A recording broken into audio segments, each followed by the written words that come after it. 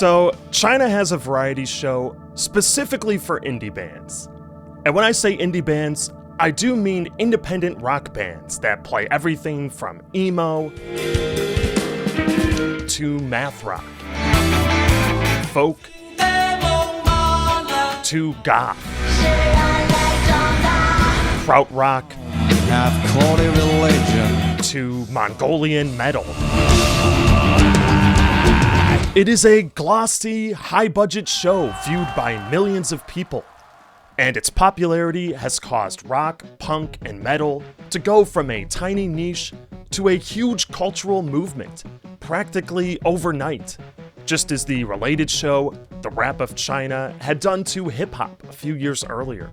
I first heard about this show, which is called The Big Band in English, when I was researching the history of China's underground rock scene. And frankly, I was confused. On the one hand, it was showcasing these legendary Chinese indie bands, truly brave pioneers who had toiled for decades in tiny clubs on the margins of a restrictive society. Sin, drink, and fuck. And yet, it was all wrapped up in this quirky, colorful, G-rated package. There's a lot of kind of just manufactured sort of nonsense and silliness because it's a TV show and they want to try and keep it light. Now, to some extent, this is to be expected of any mainstream variety show. It needs to appeal to a wider audience than just math rock fans. But it's also because the show exists in a landscape of Chinese entertainment, where a laundry list of topics cannot be discussed, and producers are strongly encouraged to incorporate themes of social harmony and positive energy. And this is what I find most fascinating about The Big Band. How, despite these limitations, it actually manages to be quite revolutionary. People say that, it's really liberating to see that kind of expression and to just be crazy. One could argue that this quirky energy is just a facade to sneak in a dose of underground rock in a country where entertainment generally just toes the party line. I've been wanting to make a video about The Big Band for a while. The show just wrapped its third season last fall, and as it turns out, it probably won't be coming back. So with the opportunity being now or never, I want to welcome you on a tour of China's coolest, weirdest variety show, The Big Band.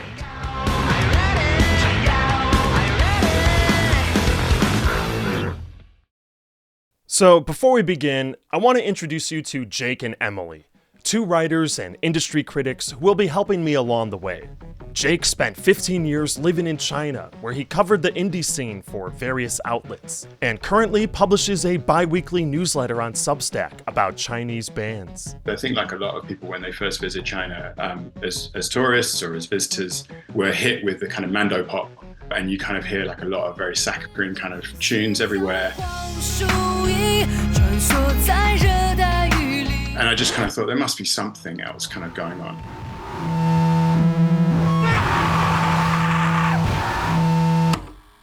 Emily is from China and also publishes a newsletter on China's entertainment industry and fandom culture. Due to the nature of some of her criticism, Emily has to remain anonymous. We're not just dumb receptors of party propaganda here. We are thinking and we're reflecting and we're expressing that through how we engage with entertainment, especially music. So, The Big Band has been around since 2019, but there's only been 3 seasons in this time. One before the pandemic, one during the pandemic, but in that brief window when China had yet to go full lockdown, and then the most recent season, which just wrapped at the end of 2023. The show actually isn't on TV. It's on one of China's biggest streaming platforms, similar to Netflix. But each episode draws millions of streams, and spurs even more chatter on social media. Those hashtags combined together had 4 billion views. And that's huge. Oh yeah, that's definitely huge, yeah. The Big Band has a standard reality contest format. Like American Idol or The Voice, it begins with a large group of artists, who are then slowly eliminated until one is declared the winner. In this most recent season, the show began with 27 bands, who who started by performing one original song on stage. Afterwards, the audience, which includes 242 fans, 20 industry professionals, and 6 superfans, who are basically the judges of the show, each cast a vote either yes or no. The 17 bands with the highest score move on to the next round, while the 10 lowest are eliminated. The whole time this is happening, the 26 bands who are not performing are watching everything from the audience, with cameras and microphones capturing their reactions. It's a ridiculous amount of time to be sitting with your bandmates, trying to be on your best behavior, with nothing to drink besides the peach yogurt that's sponsoring the show. There's actually a ton of product placements. Even Eminem is in on the fun. Now, as I alluded to earlier, there are some really interesting bands who play some pretty experimental stuff. But about half the bands, I would say, play just straightforward soft rock or pop punk. And when you factor in the pristine matching outfits and the pregame interviews that tend to portray everyone as just a bunch of wacky dudes, it can feel a bit forced. But as Emily explained to me, this atmosphere is not necessarily by choice. I would say one of the key messages that the show has to promote is the idea of the positive energy, the fascination and obsession of Chinese shows with 正能量, of spreading a positive message and becoming a positive role model. Positive energy is a buzzword often used by the CCP and guidelines for entertainment and celebrities. What exactly constitutes positivity is vague, but it essentially means content that endorses the party's social values. That means no references to drugs, criminal behavior, visible tattoos, or any content that can disrupt the nuclear family, aka prevent women from wanting to have babies. Headlines have been made over the guidelines prohibiting effeminate men from TV, or more recently, overbearing mother-in-laws. And the censors for internet shows can be very, how do I say this? It can be very vague, but it is becoming more and more obvious that they are watching over your shoulder in some invisible way. It's kind of diffused in the air around you. So with all this in mind, I find it especially interesting when a band comes on that doesn't quite fit the carefree beach party vibe. Constant in Change is a sort of post-rock emo band.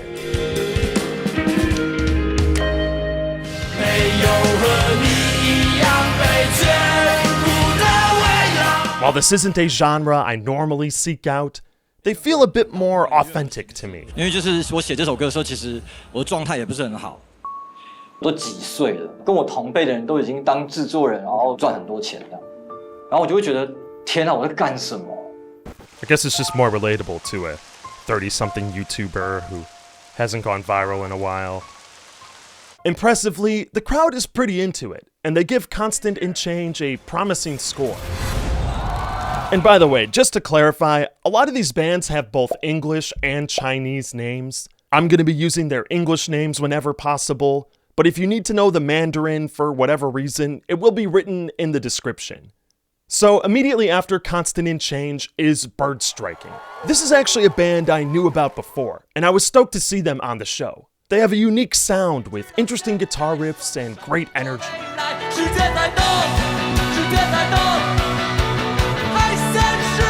There was Absolute Purity, who have a difficult to define gothic post-punk sound.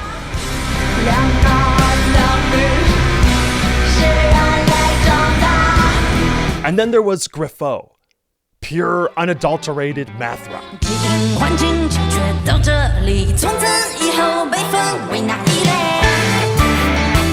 Now, I don't know why the big band put this in, if they were trying to be somewhat educational, or if they genuinely didn't think their audience would know what a guitar riff is. But in the first episode, there's a whole segment explaining this. 连续重复的小的段落啊，那通常它是一个很短小的一段旋律，但是呢，它会不断的重复。 To think of a viewer going from just learning about a guitar riff to then hearing one of its most convoluted forms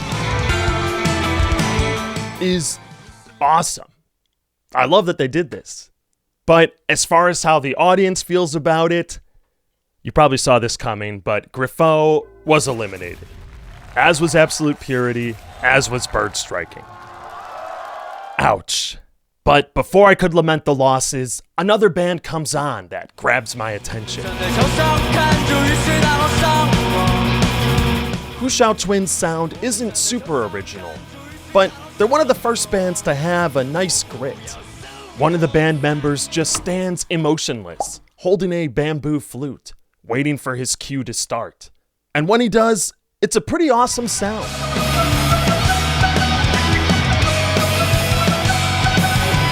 Slicing through the mix like a Kevin Shields guitar riff.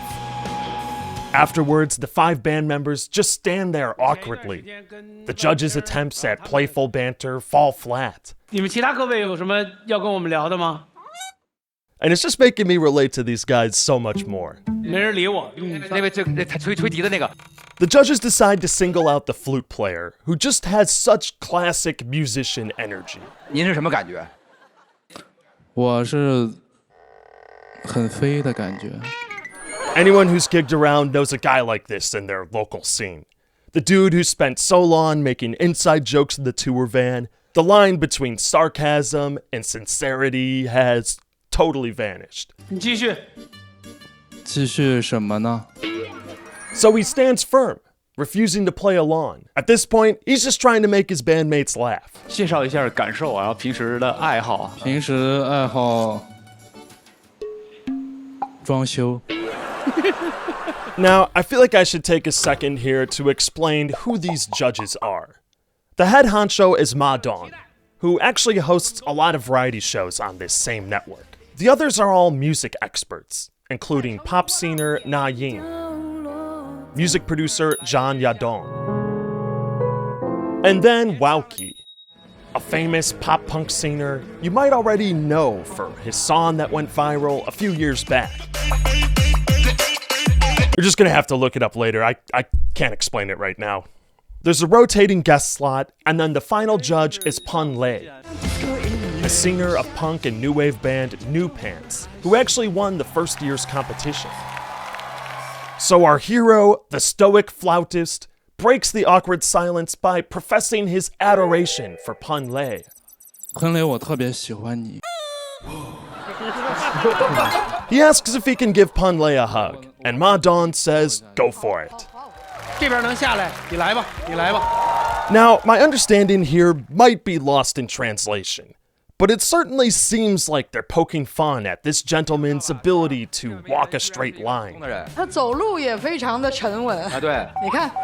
Like maybe implying his motor skills are impaired by a mind-altering substance. Definitely not a permitted subject on Chinese TV.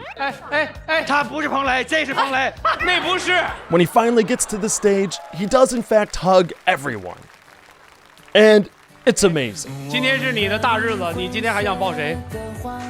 你说了，我先抱您吧。 I mean, it's this perfect kind of awkward anti-humor that you'd see on Adult Swim. The editors seemingly don't know what to do, because they add in some sad music and cut to B-roll of audience members crying. Or maybe they know exactly what they're doing and realize this is the only way this hilarious moment is gonna make it to air. Some stoned guy giving Wowkie and Zhang Yadong these giant bear hugs. I was also happy to see him tone it back with the female judges. That's positive energy in my book. So I'm thinking to myself, all right, awesome. I have my favorite band now. I know who I'm going to be rooting for the rest of the show. And then Huxiaochun proceeds to get eliminated. This was a bit of a low point for me. I had already invested some 6 hours into the show, but there was 25 more to go. I wasn't sure if I could carry on. But it turns out there would be a saving grace. The thing that would pull me back in was the veteran bands. One of the sort of earliest shows that I went to see there was Rebuilding the Rights of Statues. It's a small building in a park. They didn't have any air conditioning. The bar consisted of a guy with like a Coke fridge kind of outside the door. And I think he had like bottles of water, cans of Coke, and bottles of Qingdao. Maybe 200-300 people in there. Each season, the producers of the big band make a real strong effort to incorporate veteran bands. Groups who have been together since the late 90s and early 2000s, and really pioneered China's indie scene from the ground up. Previous seasons featured bands like Rebuilding the Rights of Statues, or RE-TROS for short. The pigs in the river. Hedgehog. Joyside. And of course, Pun Lei's band, New Pants. I'm not going to dwell too much on the history since we have a whole other video on that, but something about those years spent in tiny DIY clubs, barely making ends meet, at a time when China was a bit more open culturally. The music is just more unhinged. Just funnier, and they're just more at ease with themselves, and they're more comfortable with their stage presences, and they have opinions about things, you know? This season, the first veteran band to grace my screen is Nova Heart, and the show does a pretty good job building the hype, with this footage of frontwoman Helen Fun covered in mud at a festival. Their performance did not disappoint.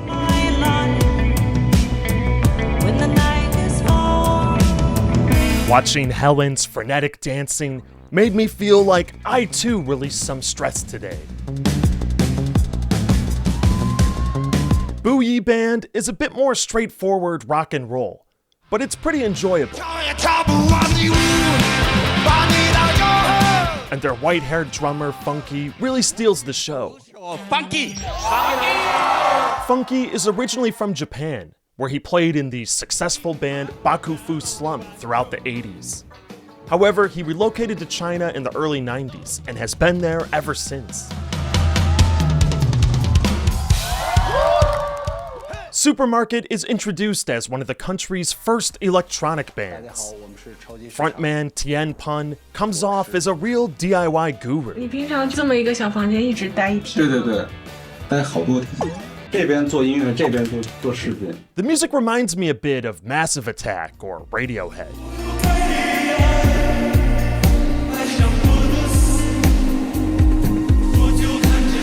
I really enjoyed the vocal effects and this repeating gong-like sound.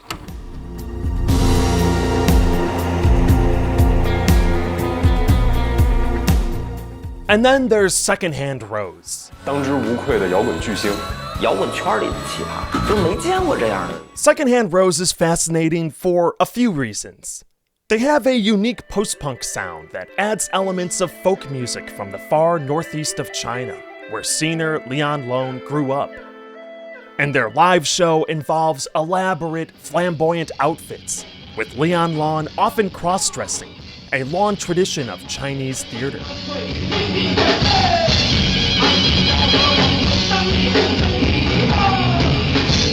Prior to the show, he'd become a fairly well-known influencer with these mostly sarcastic makeup tutorials. Now, I know a lot of people will be wondering if this is an element of his gender identity or sexual orientation, especially given China's icy reception to these topics in the media. But the answer is, no one knows. As I said, there is a long history of cross-dressing in Chinese theater, so it's basically portrayed as that.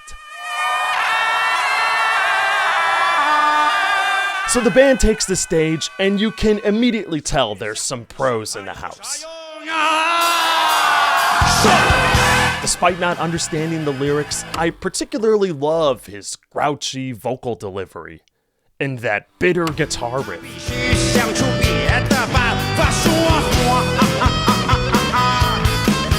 Secondhand Rose makes it to the next round, as would all of these veteran bands. So as of now, I'm back into it. I'm stoked. Let's do it. As a quick side note, I've been watching the show this whole time with generated subtitles, and there's a lot of moments where I have to double take. 感谢让黄桃滑进肚子里的。 Turns out this wasn't an error. This is actually how the ad copy goes. I also noticed that whenever Taiwan gets mentioned, it's spelled as Taiwan, China, even if it isn't spoken that way. This is basically a rule for Chinese TV. Whenever Taiwan gets mentioned, it has to be labeled as a region of China. But why does Taiwan keep getting mentioned? Well, I was surprised to discover that two of the bands are actually from Taiwan, the emo group Constant in Change and the band Solfa. Given the heightened political tensions, I wasn't expecting this. But actually, a lot of Taiwanese artists are popular in China, and vice versa. I also checked previous seasons to see if this was always the case. And it was. But wait a second. Was there actually an American band on this show? I recall setting up a meeting with some of the producers from the big band, and it was kind of wild. They sent people to meet us and to assess if we're a good fit for the show. And it's kind of like, a dating show. You want the various archetypes to be on there, right? What were you guys? You guys were the jocks. Yeah, we were the jocks who played football. So this is David Lin, singer-songwriter who performs under the name Mooselight Kingdom. David is originally from Taiwan, but grew up in the States. After graduating from Berklee School of Music, he started touring in China.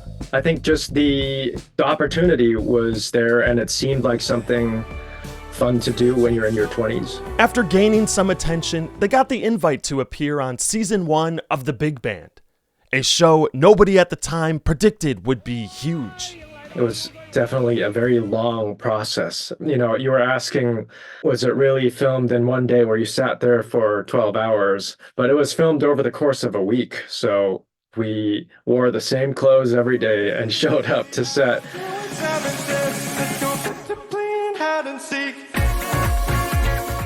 I had a lot of challenges. I just couldn't sing in tune, man.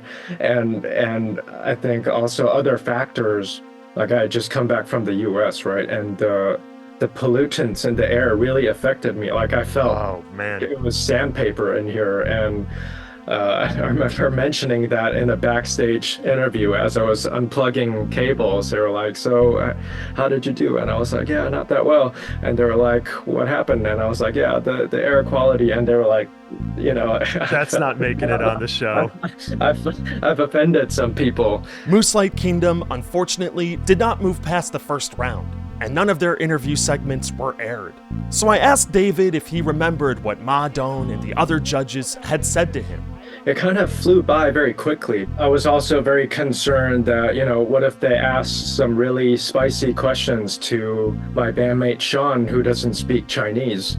How do we handle that? My favorite moment, though, was they asked about the Chinese lyrics on our song Hide and Seek, which was originally in English.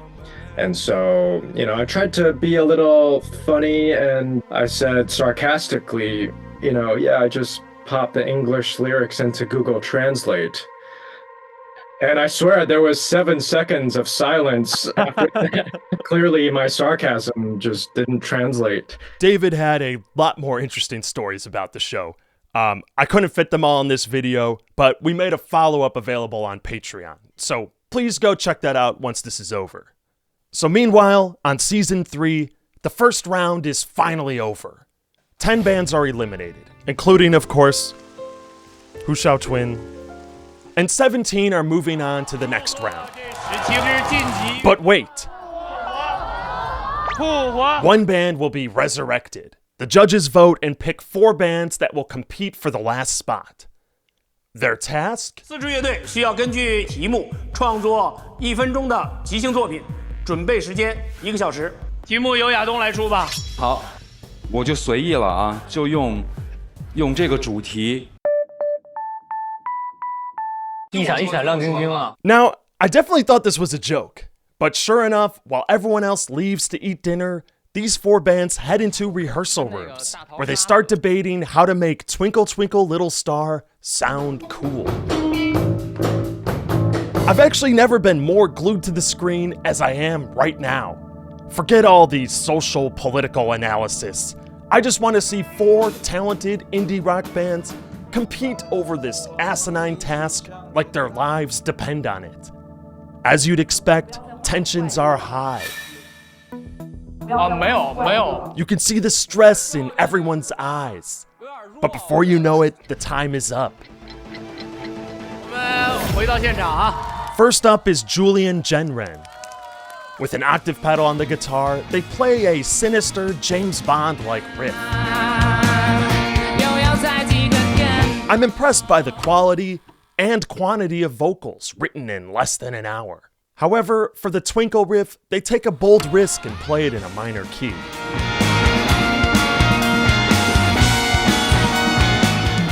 Up next is Tailor Shop.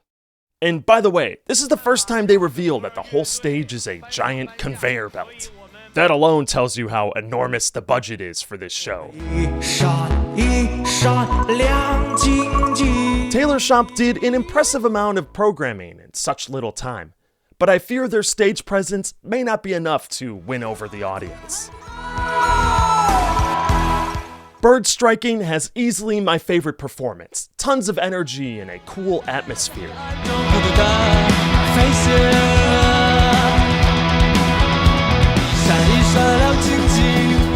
They also pull off one of the few rare punk rock moments when their second drummer kicks his floor tom and tosses his sticks. You want to humiliate us with this shit? There you go. Lastly, there's Immortals Restaurant. The performance is fine, but given that they sing in English, I think the audience doesn't quite realize how silly and nonsensical the lyrics are.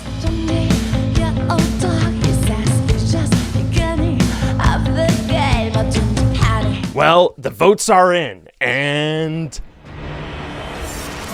Immortals wins the contest. I've accepted now that I'm just not a good barometer for what's popular. It's okay.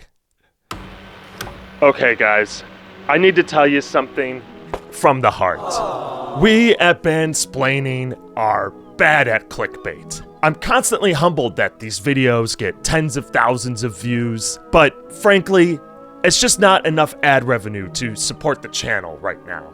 Now, fear not, Bandsplaining is not going anywhere.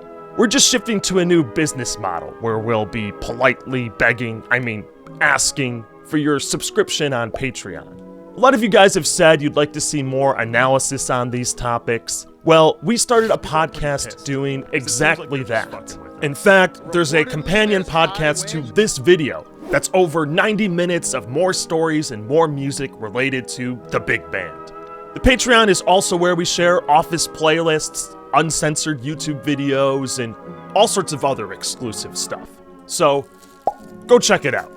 Okay, and back to the big band. So now we're on to the second round. For this set of performances, the bands have to cover a song from one of 9 Chinese singers. I was a little disappointed there wasn't one Western artist in the mix. You know, maybe Black Sabbath or David Bowie. But I get it. It's a Chinese show. They want songs in their language. I'm probably one of 7 Americans who's actually streamed this. So the way this round works is that each band challenges another. 我们想要挑战二手玫瑰老师。 They both perform covers from the same singer, and the band with the higher score proceeds to the next round, while the other is eliminated. I'm not going to dwell on these performances too much, but here's the highlights.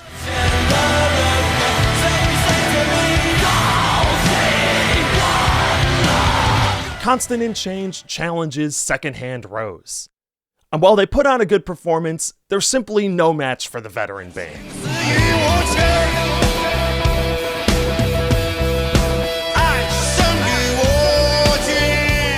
So it's goodbye to our emo friends. During Nova Heart's performance, Helen slips, breaking her leg, and yet manages to stand back up and finish the song.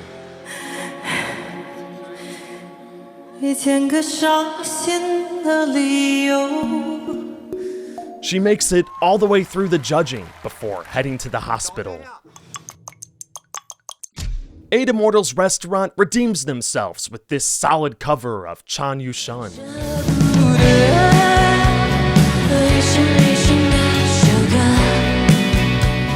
Then there was Mayuan Poet covering Cindy Wan. The bands only get a few songs to choose from, and as Mayuan Poet is listening through the options, they're cringing at how upbeat and positive everything is. Chill. Reality starts to kick in as they realize they're screwed. 过去的这4天真的是我做音乐以来最艰难的4天。这个唱对于我而言也挺难的，因为它是天空是绵绵的糖。 They choose to cover the theme song to a Chinese TV show, Rainbow Smile.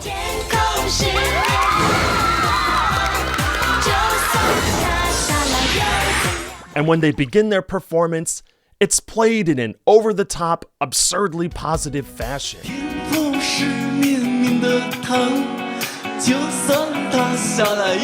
The other bands start cracking up. However, they proceed to shift to a minor key, changing the lyrics to be a bit more somber. Eventually, a child takes over, in a moment which now feels quite melancholy. Now, on the surface, it's not obvious why this performance was anything special. I rolled my eyes at it the first time around. But as it turns out, this was one of the most viral performances from the entire season. Discussing it on social media became sort of a mass cathartic release, as many people shared their own pains and frustrations. As Emily explained in her Substack piece, we see how government-mandated positive energy is allowed to be rebutted.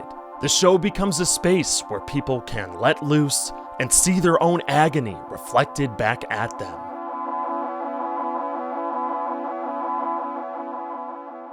And a similar thing would happen in the next round of the competition. Vaina is a band that doesn't fit the stereotypical rocker vibe. 对，我们3个都是农村一想到我现在也在种地，对。 They're a group of farmers from an interior province of China, and they have this folk rock type sound. Occasionally with a reggae beat. And occasionally using a leaf as a lead instrument. Well, for the third round of the contest, their performance gets a bit darker. There's this repeating phrase in the song. It's this line, 该怎么办? It basically translates to, what do I do? What should I do? How am I supposed to face this?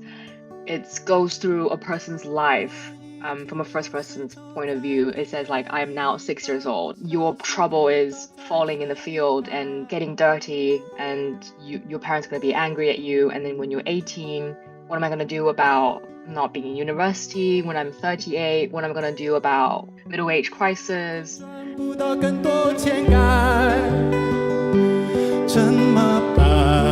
then when I'm 88, it does this callback. It says, I'm now 88 and I saw a kid walking in the field again. The wheels of history just turns and turns, and then you're just this nobody who experiences the struggles of everybody else.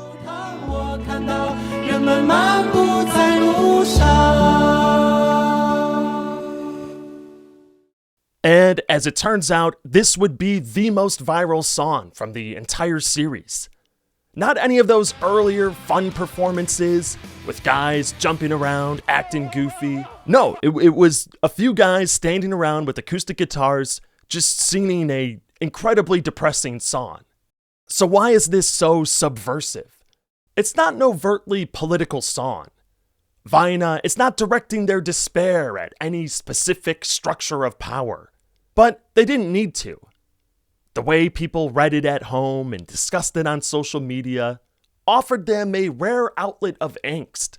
It was just so relatable to so many of us right now because of, post-COVID, the competition to survive right now in China, with your employment, with the job market, with graduating university, with even getting into university, with marriages and having kids, and it's a shit show, if you excuse the language. It's people really relate to it because they're struggling to exist in China.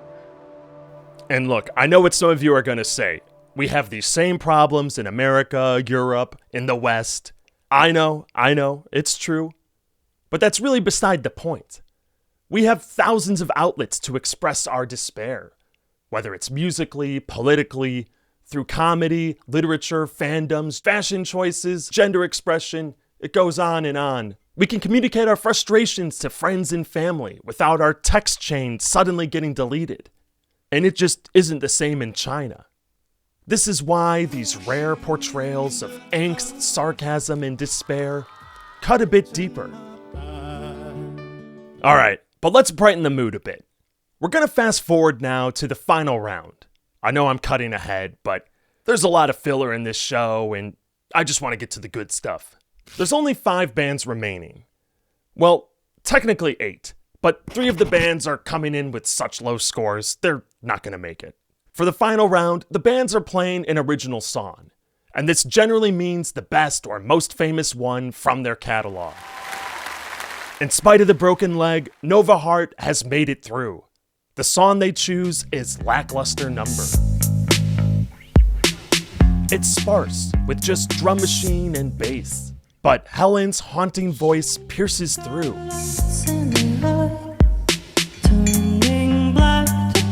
As does her bandmate's simple guitar.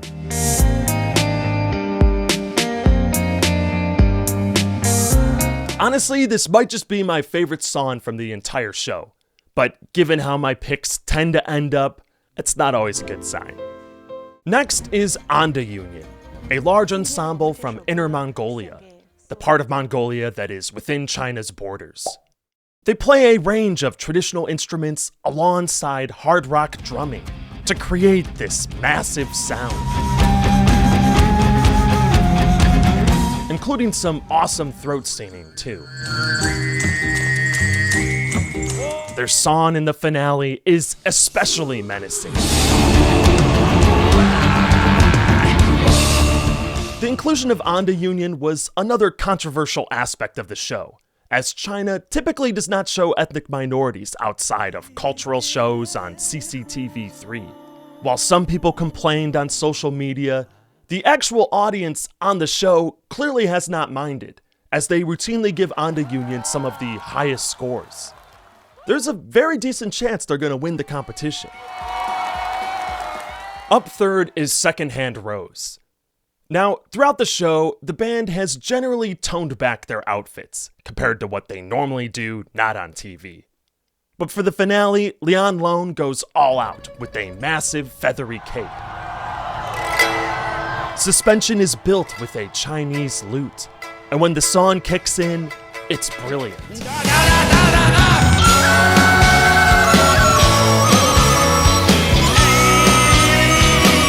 Leon Lone's frontman energy is just insane.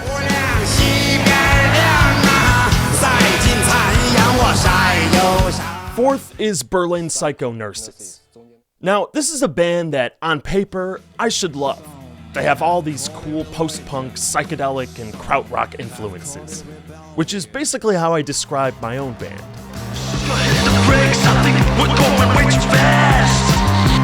But generally speaking, their performances have all kind of fallen flat. It's like they stopped short of truly going psycho. Well, this performance is different. The moment it kicks in with this disjointed noise rock riff, I'm glued.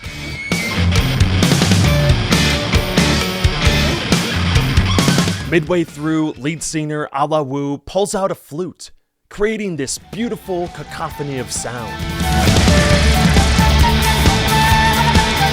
And finally, ending with these growling lines.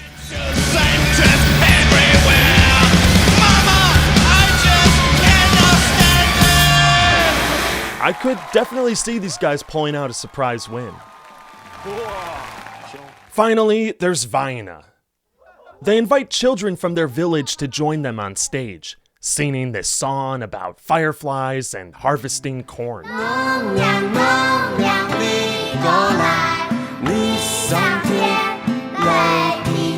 Now, to be honest, not understanding the language I think really hinders my ability to appreciate this performance, It's a bit of a come down after the last 4.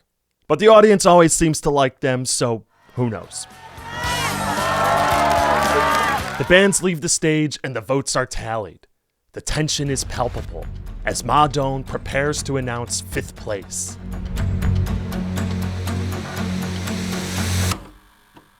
Alright, so just to put this moment into perspective, I want to try to convey what winning this show can do for a Chinese band.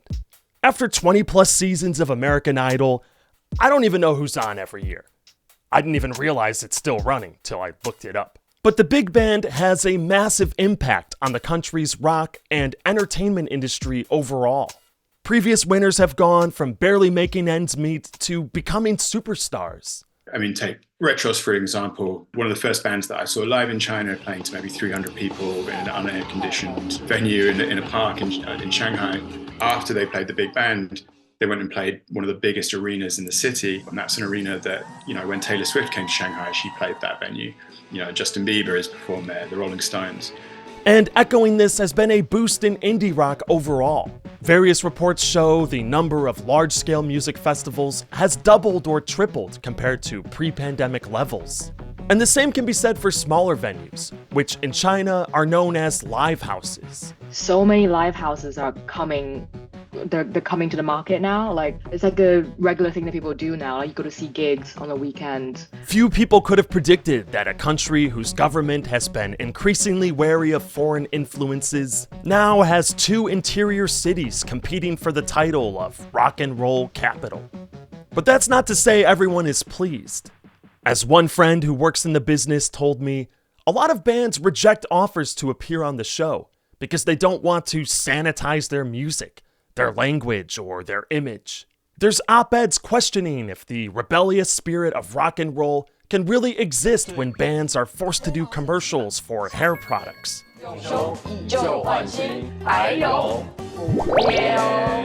And some bands feel that the increased attention, while helping some bands achieve stardom, has not been helping the music scene overall. Maybe it's just a coincidence that it seems to have happened at the same time, but there is a lot of scrutiny around smaller venues for rock gigs and stuff in China now. It's not as easy as it once was to kind of put on a show. There are a lot of checks over the material that the band is going to play. As the lead singer of Huxiaochun, My Homies, had said, I don't actually think there are more people listening to rock music. It's just that more people are jumping on the bandwagon and doing what's fashionable. For me, as someone who's never been to China, it's really difficult to make a judgment call. I think most likely, a lot of these things are true at the same time. However, I do feel a bit guilty spending so much of my time highlighting these lucky few bands, when there's so many more out there in China, bands who are just a bit too weird to appear on TV. We previously made a video on the history of China's underground scene, but I want to make another one highlighting these particularly weird and unhinged bands who just would never be on a show like this. So keep an eye out for that video, as well as all these other ones. Alright, so let's quit stalling. The room is brimming with anticipation. All eyes are on those sweet Hot 5 trophies. 5th place goes to Berlin Psycho Nurses. 4th place goes to Anda Union. And 3rd place is Vaina. This leaves just 2 bands to take the top prize. Nobody is sipping their yogurt anymore. Nova Heart takes 2nd place, meaning that the top prize goes to... Feels pretty anticlimactic, but Ma Dong still has to take the last sticker off, revealing Secondhand Rose.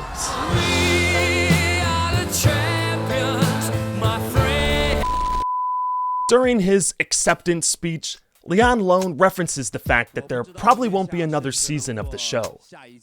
Producer Ma Dong has stated that it's increasingly difficult to find bands suitable for the show, as established bands are turning down the invitation, and younger bands are still too underdeveloped. Others have speculated it's because, after 3 seasons, the novelty has worn off. Ratings are down. or it's because producer Ma Dong, who recently ventured into the controversial field of stand-up comedy, has been under increased scrutiny by the Communist Party.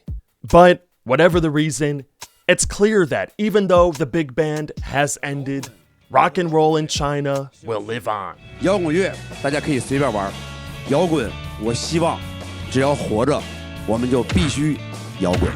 谢谢。I want to give a thank you to Jake Newby, Emily, and David Lin for helping me out with this video. You can find links to their writings and music in the description. Also, if you want to hear even more from them, check out our follow-up podcast on Patreon. We go a lot deeper into the show.